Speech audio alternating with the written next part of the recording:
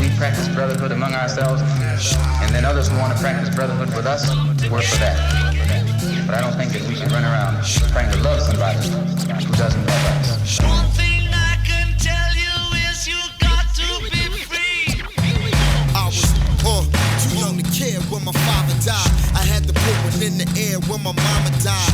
Both victims are completely different homicide. It make me wonder sometimes, damn, how mama died. I can't shake these memories. All right, guys, let's jump on into another round of podcasting. Probably the best round this season. These last two episodes were really good. The last three, really. And I would be as bold as to say the best round we've had in a long time. Not that Turks and Caicos did not deliver, but this season had a little bit of everything. It had a lot of drama, a lot of strategy, a little bit of everything that's really going to set up the rest of the season, hopefully. And we had some miraculous things happen.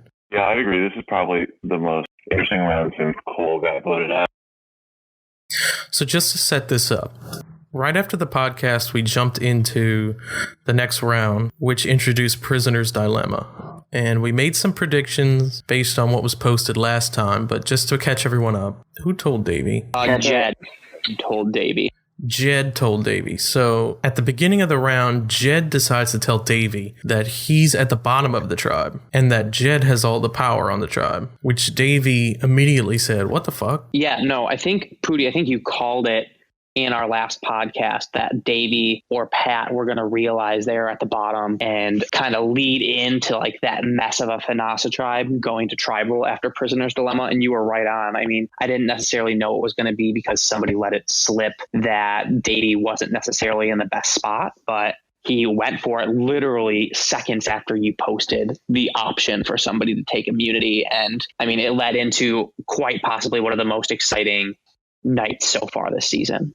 Yeah, I mean, it's always good when you have these players that have not done anything up until a certain point, and then they kind of kick it into gear. And that's really what Jed did. And in accompaniment with this twist that kind of came at the perfect time, Davey finally woke the hell up and we saw the results. I mean, he went for the individual immunity idol, took it and sent his tribe to tribal council. And he actually kind of got out of it scot-free. And all this drama kind of shifted onto Stephanie and Jed. Yeah, I mean, I was shocked by that as well. I thought that in that situation, you normally see somebody go for an idol or go for immunity when they're like clearly on the bottom and you expect some sort of blowback. But I mean, Davey was able to just turn around and be like, dude, like I was told that it was going to be me or that I was on the bottom. Like no one can be mad at him for thinking that when that's what he was told by a member of your tribe. So I think it was best case for Davey. Probably a good situation for Pat as well. Yeah, so I forgot about this last time, but Wok, in your original season, you were on the run in your swap tribe, and you took the individual immunity idol during the Prisoner Dilemma twist, sending your tribe to tribal council. And then you ended up making the merge and making a really good run for it in a similar situation to how Davey was here. So do you have any thoughts on how this played out? Yeah, I mean, the thing, when I took an idol, it was like a little different. I didn't think I was on the bottom. I was in like a weird swap situation where it was like 4 from my original tribe and 4 from the other tribe. I was really tight with 2 of the people, and then one dude who we pretty much had made very clear that he was going to be the next person voted out if we hadn't swapped. And like we had this plan to basically cause a tie vote, and the way that the tiebreaker worked that season was a little different. So like a tribe leader twist. So we had this plan that we could cause a tie, and we knew that it would come out in our favor. But Max was just like so unresponsive, and like he just wasn't very active. Like I could tell he definitely didn't buy really totally into staying with our tribe, which was honestly dumb, but I won't get too much into that. But basically thought that I had a better shot of working with the other people, even a member down, than working with him. So basically took it so that way I was nervous that he was going to take it and then he was going to be the lone one to flop to the other tribe, and me and my 2 allies were going to be fucked. So I took it. It ended up being kind of a mistake because it ended up putting a huge target on my back. There was an individual immunity challenge pre-merge for both tribes. The next tribal, and had I not won, there was a good shot that I was going to get targeted, but I won. I mean, it's interesting kind of what you can use with it or not, I think. And it definitely heightens like what people think of you in terms of like how you think strategically. I don't think it affects like you a whole ton in the long game, Like, even after those people that were going to try to vote me out after, they were like willing to work with me post-merge. So, I mean, that's kind of my take on it, is in the short term, elevates what people think of you threat level wise, but in the long term, I don't think people need too much. Yeah, I've seen this. We've done this challenge a lot, as I've said, going back to season 3. And sometimes it's used by the underdog on the tribe. Sometimes it's used by the majority alliance to prevent the underdog from taking immunity. Really, I think the twist is at its best in situations like this, where someone knows they're going to go home and that they absolutely need it, and they grab the immunity first, and they send the rest of the tribe to council, kind of a bit of revenge. And in this particular situation, it just so happens that these two warring alliances really set up for some awesome drama at tribal council. I mean, that's like Stranded at its height, when these tribal councils are lit. Yeah, I found it very interesting, the dynamics on that tribe, how in the beginning it really felt like it was basically, so you had like 3 original Amar, it was like Rob, Jed, and Steph, and then 2 Vanessa, Pat, Davey, and 2 Jalal, Chelsea, Angela. And basically it was like the 2 pairs were fighting over working with the 3. And kind of what we've been seeing the whole season so far maybe is, even though like we said predicted preseason, maybe the Jalal, except for Angela, maybe the Jalal tribe is not like strategically like the smartest. We've been seeing them, they've been like really charming so far. Like people really like them socially and like working with them. I don't know if in the future they're going to know what to do with it, but people like them. And basically the Rob Steph relationship had been rocky from the start. That majority alliance on the original my tribe was pretty much only born out of, those are the 4 most active people who showed up first. And so Bob never really liked Steph.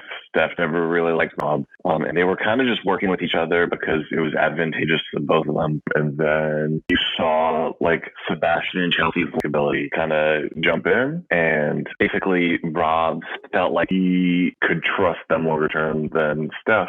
And he felt like he could jump. And he thought he was going to bring Jed with him. But Jed kind of made a blunder there.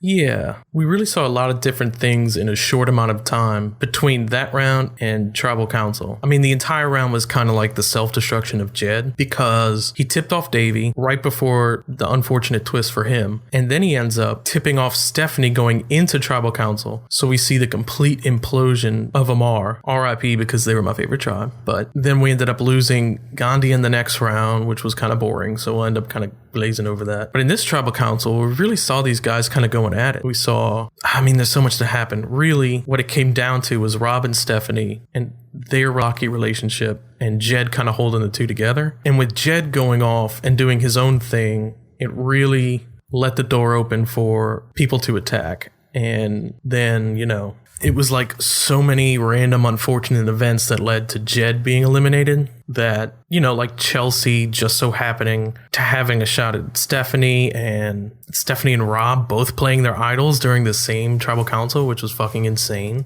by the way. The whole thing was so awesome from start to finish. Stephanie and Chelsea are fighting the whole time. Rob plays his idol out of nowhere. Rob kind of goes rogue at some point before tribal council. I had no idea what was going to happen. It was insane.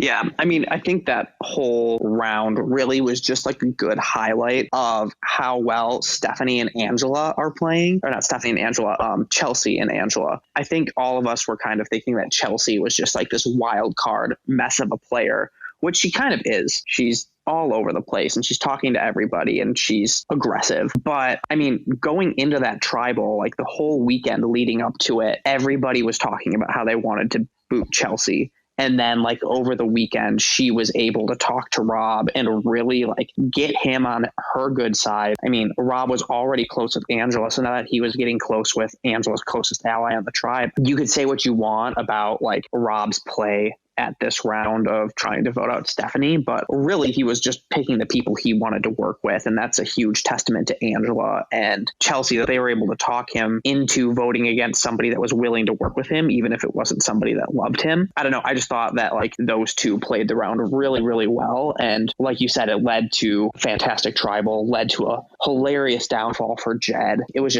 incredible. Yeah, I mean, you couldn't have written it any better, the full storyline, because it sucked losing Jed because he was finally playing hard, but at the same time, he kind of did it to himself. he had 2 instances where he kind of gave away information that directly led to him being voted out. Yeah. So you can't be too angry with that result. And also, I'd like to talk a little bit about Rob, because he had a bad round, I thought, in that he misplayed the idol. He let the cat out of the bag to Jed for some reason that they were going to blindside Stephanie.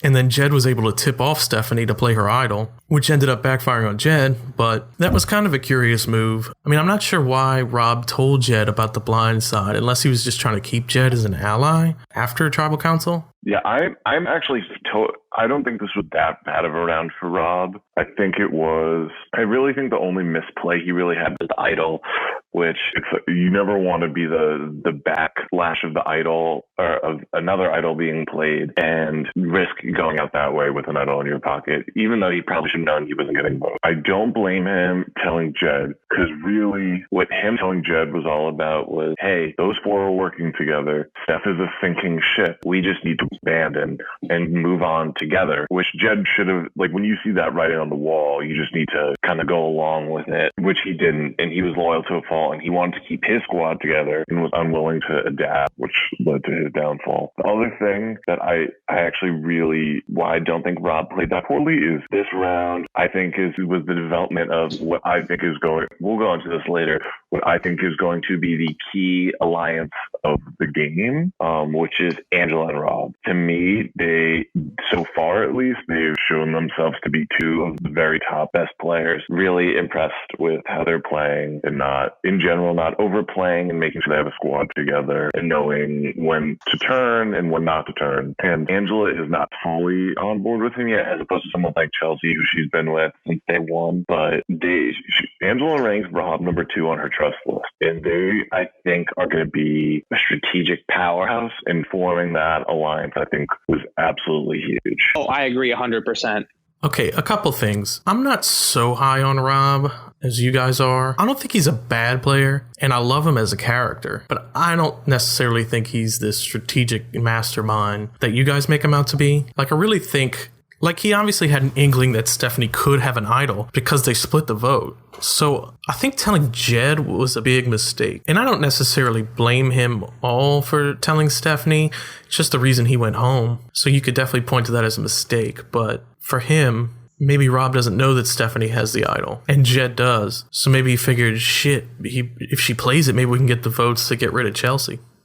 I think that's exactly what happened. I think Jed knew about Stephanie's idol, but Rob didn't. But if I remember correctly, I also don't think Rob knew that the votes were being split. I think Rob was under the impression that everybody was voting for Stephanie and that Chelsea would go home if there was an idol. So I think, like, in his mind, by telling Jed, like, worst case scenario is he loses Chelsea, but like Chelsea planned ahead. So I don't know. I mean, I don't think he's a bad player. I think he'll do really well. I just don't think he's this mastermind or on the same league as Angela or Gabby or Sebastian. Yeah, I definitely think Angela is the more strategic of the 2, but I think that the pairing of the 2 of them is really good because they're so completely open with each other. When you look at their chats, they discuss everything. Like, I think that regardless of whether Rob's as good strategically as Angela, I think, like, he really benefits from working with her because they just chat and, like, really discuss their options and, like, go through everything together, which I think is super important. Another funny thing, during that tribal or right before that tribal, Mike is sitting there messaging all the people on FNASA while they're scrambling to get the votes together. And he's like interrupting with stupid shit like, hey guys, what's your favorite color? You know? I think he was like talking to Stephanie and was like, oh, so who's going home tonight? And Stephanie was just like, not sure. Yeah, like, fuck off. Just not giving him anything. And he just kept pestering her. I think it was Kimmy or somebody who said, I just imagine him walking up to random people and interrupting these intense conversations. Like, hey guys. Oh, man. No, that trial was great. Just, not to totally gloss over Gambia, she was a confessional queen. I think she's kind of a poster child for what we wore in preseason. In general, we kind of drilled it into people's heads pretty good about how there's a big difference between being under the radar and non-existent. We always tell people, like, even playing an under the radar game means you have to be, like, really present socially.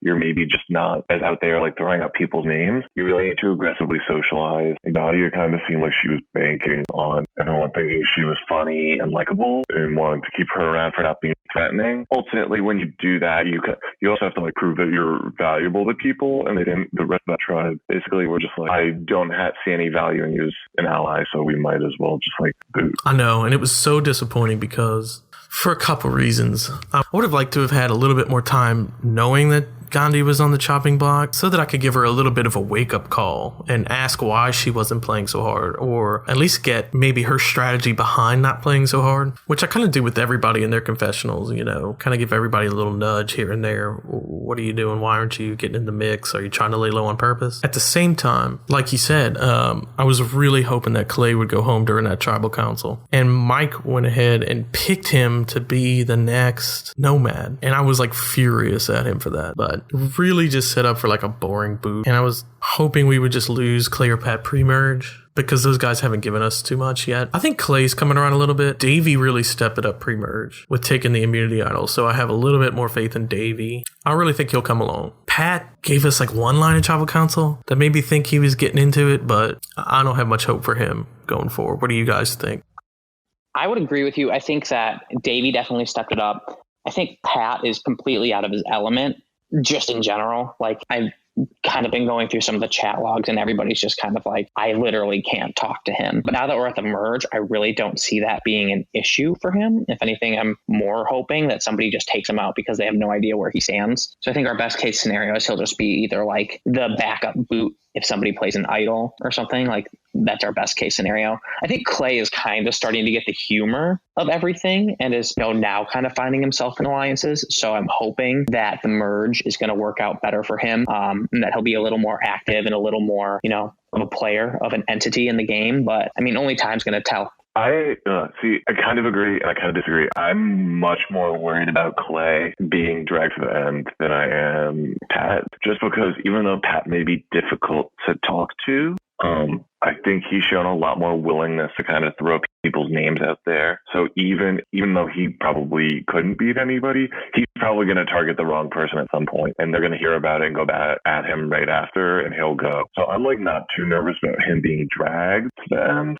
Clay, like he started to wake up a little more socially, but I'm much more concerned with him kind of following the pack. Yeah, I mean, I guess it's not like a huge deal. Like last season we had Adam and Zeke. And Zeke was known for like telling jokes, but at least he was there and added something to the season. So there's that. At least Clay, we see a lot of his humor, and he's getting into the mix a little bit in the merge. And now he's posting memes during challenges and kind of bantering with me, so that's good. I really hope that starts to pick up a little bit more. I'm going to be pushing them a little bit in the merge, especially as they become more obvious goats. It kind of becomes fair game once everyone knows what's going on. I don't know that he's ever going to be a star player, but we can probably make something interesting happen with him. And if he ends up being in the final 3 goat, that's just what it is, you know? Yeah, I agree. So I think that's pretty much all we have on Gandhi's boot, other than R.I.P. Queen. Yeah, it's unfortunate, but he wasn't given into the rhythm, so we might as well. We did get some good stuff out of Sebastian and Gabby. Their friendship has grown a lot, and those two are really the ones calling the shots on that drive, which brings us to the merge. The merge kind of started uneventful. Basically, it started out with Sebastian grabbing the public immunity idol, and then they had that challenge. And the challenge was kind of disappointing, but after that immunity challenge, that's when shit started to really hit the fan. Yeah, we started to get some interesting things happen. The first of which was it started to look like it was going to be a big consensus vote to boot Stephanie, which I was super bummed out about because we just had a great drama tribal council with her and Chelsea. Oh, yeah. And then something happened where Sebastian got bored and started talking to different people. And for a little while, Mike kind of became the target because Sebastian and Gabby have been working on getting Mike out since pre-merge. So they were thinking about taking this shot at him. But then Kellen came along and started pushing for Chelsea to go. And Sebastian and Chelsea are very close. So when that happened, I think it gave Sebastian an out of, okay, well, let's just take out this wild card. Yeah, I mean, I agree. That's definitely how I kind of saw it playing out, like following the chats. I don't necessarily understand the reasoning other than the fact that Sebastian is working with Chelsea and Kellen brought her name up. But I mean, we've known Kellen wants to get Chelsea out now for, 4 votes. Like that's been something that she's aiming to do. So I don't know how this time suddenly it was all of a sudden the time that Sebastian wanted to target Kellen. I think especially for Sebastian, it was kind of like not a very fully realized move. I think that he definitely needs to take Kellen out at some point, but the first round in the merge, I think that takes away somebody who's going to attract a lot of the attention on the merge tribe. So I don't know if it was necessarily the best idea for him to take her out. I mean, it sure made for an entertaining day of watching chat logs, but yeah, I don't know. I don't really know how I feel about the move in general. Obviously devastated about the outcome, but I can't really decide who this move was good for and who it was bad for. Like, it just kind of seems across the board like maybe not the best idea for a lot of people. So yeah, a lot of it felt like it was a move for a move's sake. Like, there was an obvious boot with Stephanie, and they were like, well, I guess we'll just make a move because I want to make a big move. And it's really not smart for big players to be taking out other big players. I mean, it's kind of a worrying trend that we see a lot in the merge. But we know, like, the Chelseas, the Sebastians, the Robs, the Stephanies of the world, they're all going to be targeted at some point, all these leaders. And for them to start taking each other out early is never a good thing. Whenever you can have a distraction from yourself, you should probably keep them around as long as possible. Yeah, I agree. Especially when the distraction's willing to work with you, which for a lot of that Almar tribe, the swapped Almar tribe, she was totally willing to work with them. She thought she was in that alliance with like Sebastian and Mike and Gabby. Yeah, honestly, like Sebastian, I kind of disagree with your statement, Pooty, that he's like one of the power players. He has been thus far, but pretty much like he's gotten nothing but like positive feedback loops so far. Like, people like him, and basically whenever somebody else tries to call the shot, he doesn't like that. And then even though he's not the one being targeted, he kind of feels like he needs to take control so that way he can be the one calling the shot. And it's always worked out for him so far. He feels like he can always do that. And I'm kind of very nervous on that front. There are definitely some of these better players are lurking, waiting their turn. And like, I'm looking right now, Angela just posted a confessional.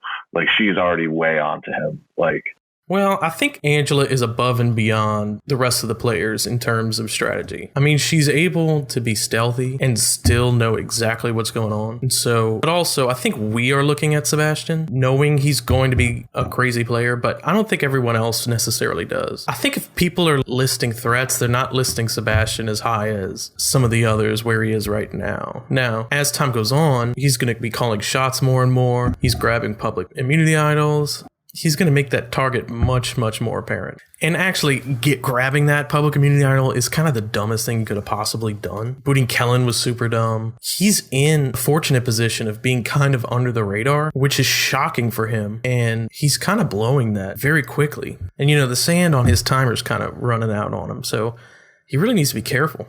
Yeah, you made the comparison of him with me last season, which I don't, the way we played is different, but I think we were in similar, you're right, in that we were in similar positions entering the merge. And I think it really would have benefited him to lay low for the first couple of votes. I don't think anybody would have come after him with all the connections he built.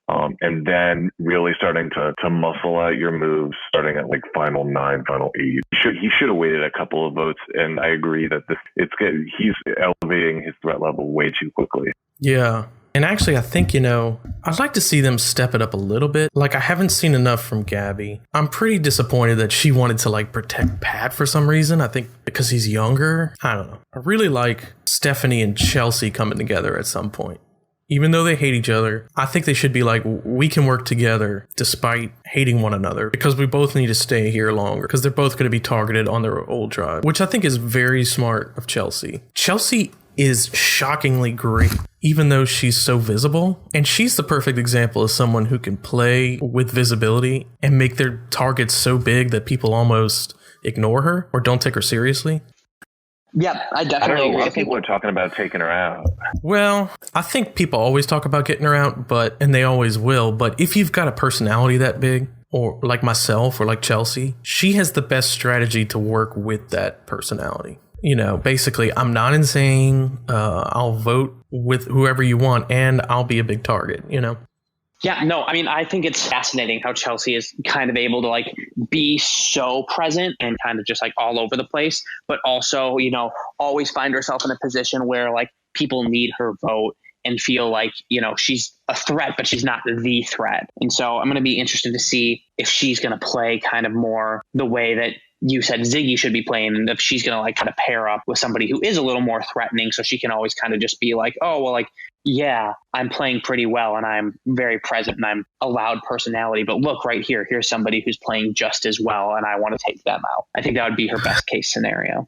I can't think of another time that we've had a player like Chelsea. Honestly, the one that comes closest to mind would be Mia, where Mia, she's done really well every time she's played. Not that she's as likable as Chelsea is, and Chelsea's not nearly as villainous as Mia, but certainly she's as out there and confrontational. And it's pretty rare that we have players that embrace that. I keep trying to compare her to the role that Danny was in Turks and Caicos last season. And, that's the much more common scenario in these, which there's a person who makes it very far by being very likable and the obvious favorite to win and then going around final 7 through final 5. But Chelsea's not that. She's very likable and funny. I think that'll get old with people very quickly, especially if she continues to be as confrontational. And I think she might even move into people debating if she's a jury threat or a final 3 GOAT, because maybe the juries don't really like her personality too much. I don't know.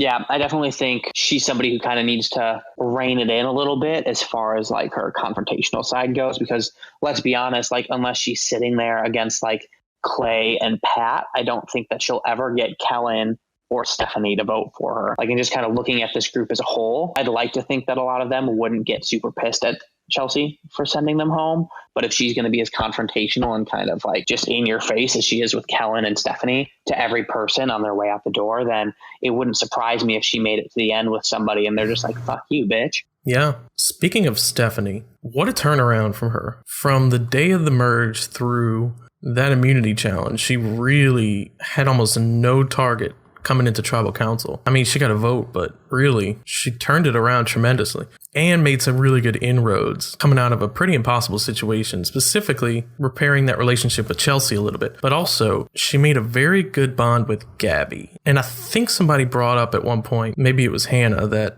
was me. This would be like our first lesbian power couple in Stranded. Do we know that Stephanie's a lesbian? She said that in her app.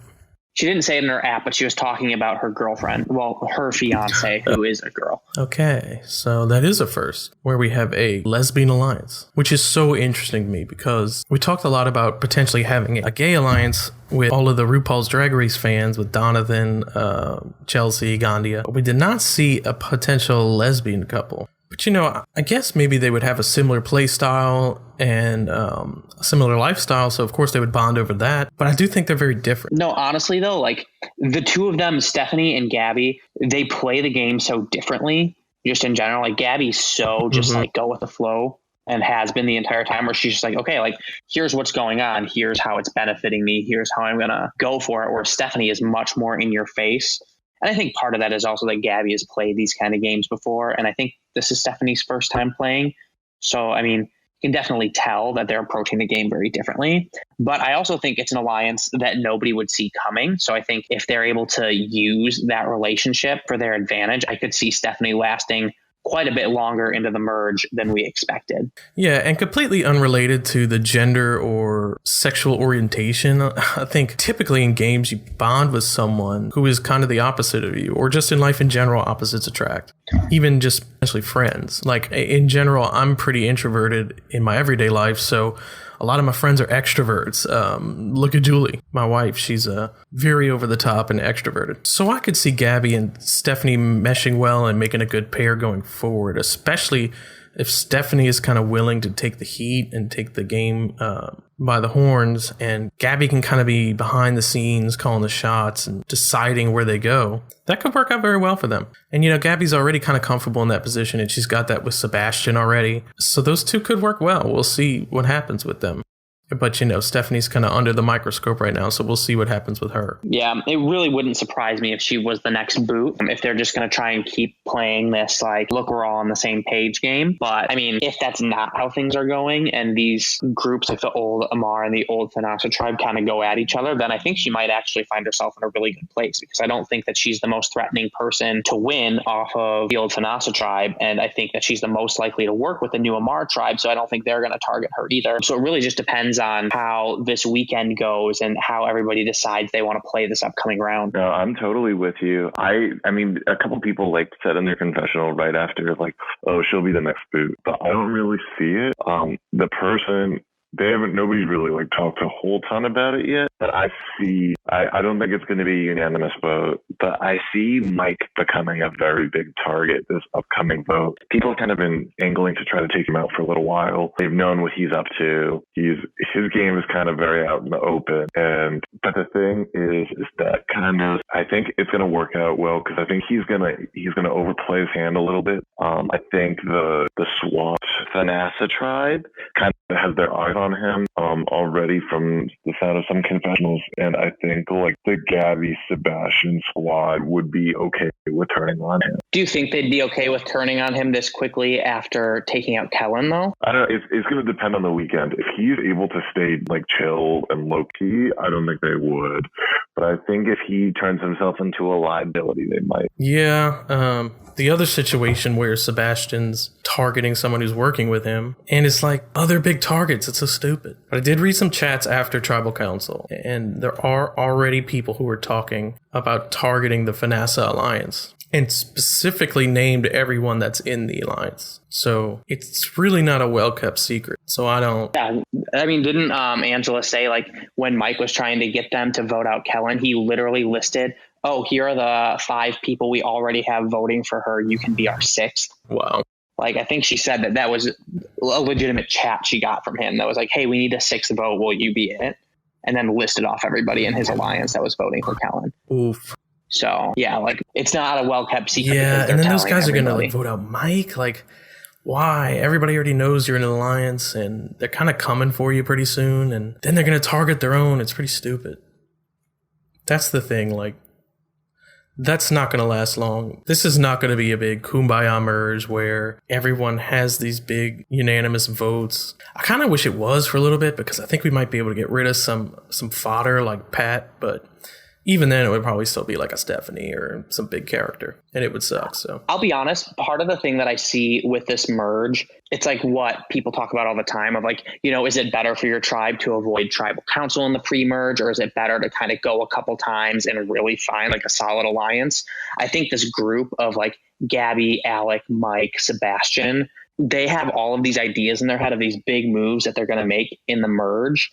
And the other tribe, you know, had a crazy tribal council where like everything was shattered and they're trying to kind of pick up the pieces. And I think they're coming in with a very solid idea of who they want to work with off their old tribe. Whereas the old Amar is coming in very much of like, oh, we just took out the easy players, but here's the big player that I'm going to take out to like show that I'm like, I deserve to win.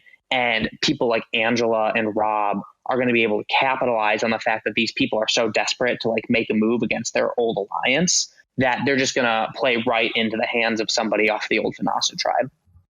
Yeah, that's a good point. And also, you know, we haven't seen a whole lot of gameplay. Like, they're not in the practice of playing either. Like, you know, some people are eager to make moves, but, like, you know, Alec has only been vulnerable once in the entire game. And, you know, now he's won immunity, so did Mike. So I don't think Mike's been that vulnerable either. So, you know, he was kind of the target a little bit pre-merge, but I don't know. Those guys are in big trouble, I think. In the next couple of boots, they're going to be the targets. I think very likely Sebastian and Gabby will be on the run, and I don't know how well Sebastian is going to handle that. Yeah. Who did we not talk about? We haven't talked about Donathan at all, I don't think, but there really isn't a lot to talk about with him. Yeah, we talked about Alec. We talked about Pat. Donathan, real quick, I'm like kind of disappointed in him because he was so active pre-merge, and I talked about this in like the host chat, but I'm really nervous about him being a GOAT and being dragged along. Since right now he's really playing the active follower game to a T. He's going to be seen as a follower, and I don't know if he has it in him to like ditch a Sebastian or a Chelsea or one of them to kind of go in his own game. Yeah, we have not seen anything from Donathan other than a very likable personality. The good thing is, I think he sees himself making moves and being kind of a player. Not to say that he ever will be, but at the very least, maybe he, towards the end, panics and he could make a very interesting move and give us some kind of entertainment, you know. Plus, he says that it's just been a bad week for him. So I don't know, maybe we'll see a little bit more out of Donathan coming up. I guess we'll see what happens. I just was hoping that he'd be a little more a part of everything that's going on. Like, I almost feel like as we're kind of getting this rise in Clay kind of being more involved with everything, we've also kind of seen Jonathan fall out of the picture a little bit, which is a little sad. I know we talked about him earlier. We haven't really talked about him post-merge. For as big of a target as Rob made himself during that whole fiasco, nobody looks like they're targeting him right now in the chat and confessionals I've been following. Yeah. I think Rob, and we talked about it a little bit pre-merge, I think he set himself up really well by using that Tarek twist. I mean, obviously it led to him and Angela getting together at the swap, which has been imperative for his game so far. And I think that he obviously had a good relationship with Gabby through that as well. But also he was one of the few people who really took advantage of the ability to talk to each of the nomads, which is why, he's here, working closely, or at least getting information from Mike and Sebastian and Alec and all of these people. Clay, he was able to get back together with him when he was the nomad. Like, I just think that he's really taking advantage of these twists where he was able to talk to everybody before the merge. And because of that, everybody thinks that he's somebody that they can talk to and work with. And so he's kind of like the center of all the information in the tribe. Yeah, I mean, Rob is very well positioned right now. If he can lay low a little bit and not make his target too big, he's on the right side of the numbers. I mean, he's outside of Fanasa, but right now, I think Fanasa are about to be the big targets here. So in that sense, he's on the right side, at least for longevity. And also, he's under the radar and he's talking to the right people. And that's going to serve him well. It just depends on how much he can stop himself from overplaying, which I've seen him do.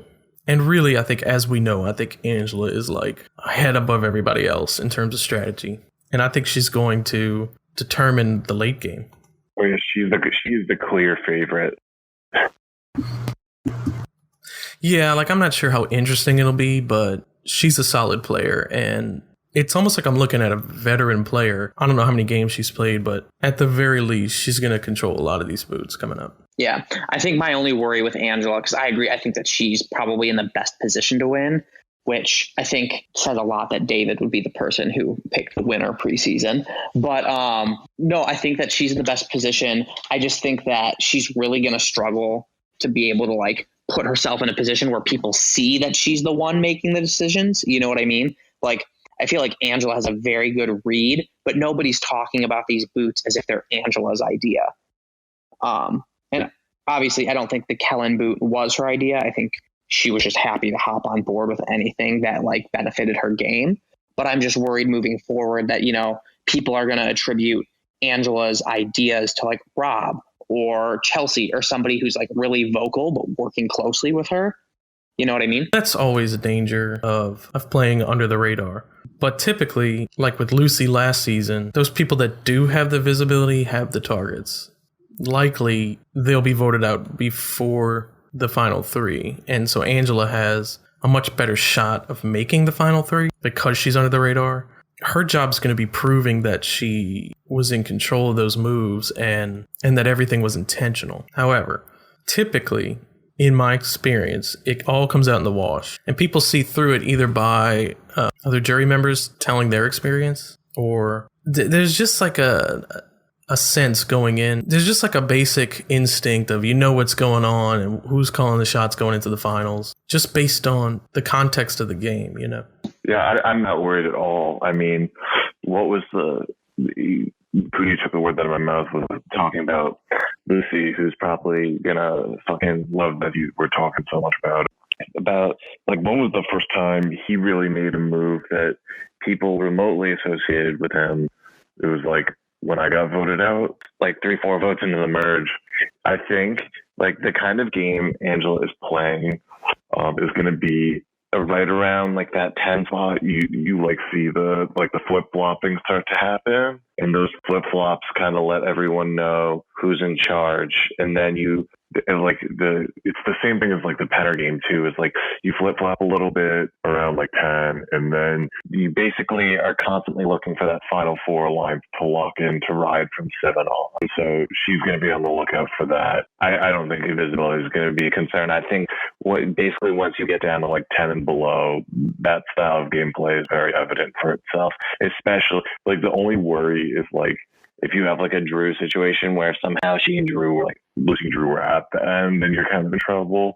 Like for her, if it's her and Rob's just more visible, or it's made more connections, like that could worry you if Rob is the Drew or something, Right. even though they're playing very different. But I'm making an analogy. But I'm not worried. Yeah, it just comes naturally. And maybe it won't be like that this season. Maybe Sebastian leads a solid alliance all the way to the end. I mean, every season's different, but it's possible he could just beast through the last few challenges and dominate the end. There's no way we can tell. But based on the history of how this usually goes, Angela is far ahead of the curve.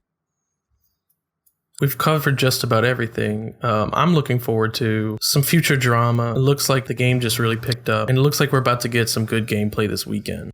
Oh, yeah, the one other I guess we didn't talk about was, I think I'd read in the chats that like Sebastian had promised a bunch of people after he took the public idol that he was just going to play it at the first council, and then he didn't. A la Christina from Sri Lanka. Yeah, so I'm kind of wondering if he's going to... Alec already posted in his confessional that he's like, yeah, wait, what the fuck? He didn't do that. What kind of backlash you going to get from that? Also, he said he randomly selected that he was giving or playing the public community idol on Mike tonight. And Mike won immunity, so I don't know, has he told Mike that he's playing it on him? I'm pretty sure he did. I'm pretty sure he told him, hey, I'm giving you the idol. That will be interesting to follow. Anyway, yeah, I'm excited to see where this is going. There's a lot of plot lines we've yet to see play out. Mike and probably Chelsea and Stephanie will be looked at for the next boot. If I had to predict, I'd probably say Mike at this point. And as far as who I think is going to win, it would probably be Angela. No surprise there. What do you guys think? I think that this upcoming vote is either going to be Mike or Stephanie. I think they're either all going to get on the same page and take out Stephanie because she was supposed to be the merge boot, or I think that Angela and Rob are going to be able to whip the numbers to take out Mike on Sunday. Yeah, I'm pretty much there. I lean Mike, but I could see any of those other two. Angela and Rob are my winner pick faves right now. Angela, I think, the clear first, and Rob is solid too. I think Gabby could get there if she starts to like turn on the burner jet. We haven't. Angela's been like very indicative of like, hey, I'm purposely not turning on the jets right now. This is what I want to do. She hasn't really been like that. We're more talking about her as this big threat, mostly because we know the kind of game she played in Danny's game, and so we could see her evolve into that third like big potential star. Or you're right, Goody, maybe this cast is just very silly and they help Sebastian waltz to the end. He's just too likable. But yeah, I would put Angela and Rob as my solid two favorites right now, 1 and 2. I'll also do a kicker of Alec because I think he has some game and he's playing well right now. He's got something there. And it's almost like we're waiting to see what happens with him. I'm not sure if he's going to blow his load all at once and go out in a blaze of glory, or, as of right now, he's kind of playing in the background. He's kind of on the side of Mike, which isn't a great place for him to be right now. Also in Fanasa, but of the Fanasa people, he's in the best position of not being so closely tied to them. And he's got some serious inroads outside of them. So he could be in a good position going forward. I can see that happening. And he's still got the idol. He's currently the only one with an idol. Yeah, although I do think that some people suspect that either like he or Mike or Clay have the idol. I think they just said that they expect that one of the nomads have it. So I wouldn't be surprised if they had to use it sometime soon. Yeah. All right. Well, disappointing boot. Sad to lose Kellen, but also amazing gameplay the last 3 rounds. And I'm really hoping that it stays at that level and this is just momentum building. I really think we'll get a few more incredible rounds and hopefully these guys finish out strong. And hopefully, I think some people who we didn't expect are going to be great are going to come out swinging, Yeah, I'm really excited for next week when we kind of start going a little bit harder on like the tribals and the like constantly challenge council. I think that will make it a lot more fun. I'm hoping that we'll see a lot more of the scrambling and flipping happening right before tribal. So I'm really excited. Yeah. Shame to lose Kellen, who I think is currently the leader in fan favorite voting.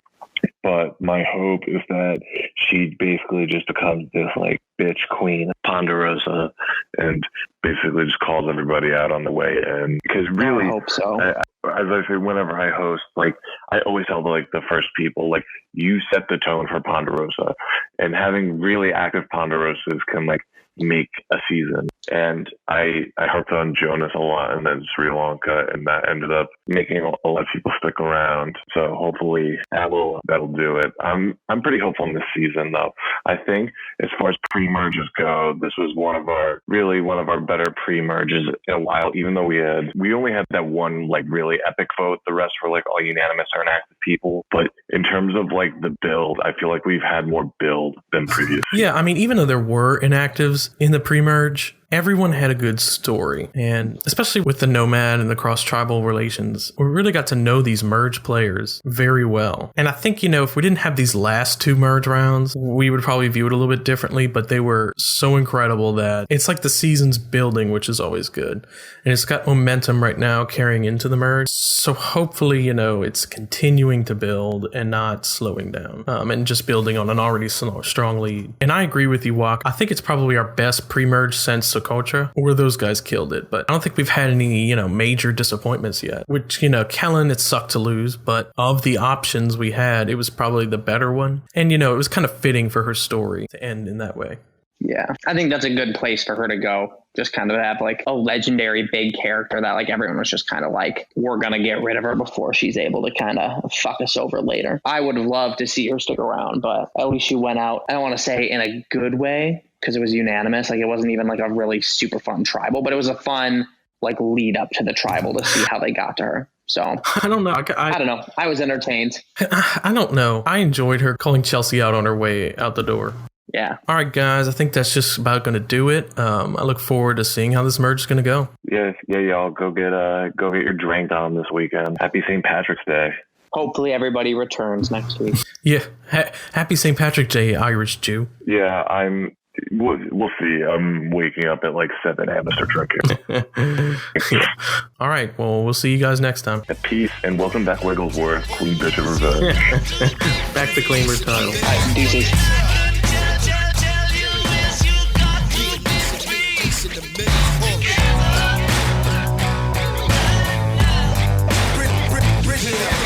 A sick cycle where we live and revolve, like we one step away, forever sleep in the mall, fighting for pieces of hog. My thesis scarred, hard to beat God body niggas body bust. Put the pain down, player, get together with us. Yeah.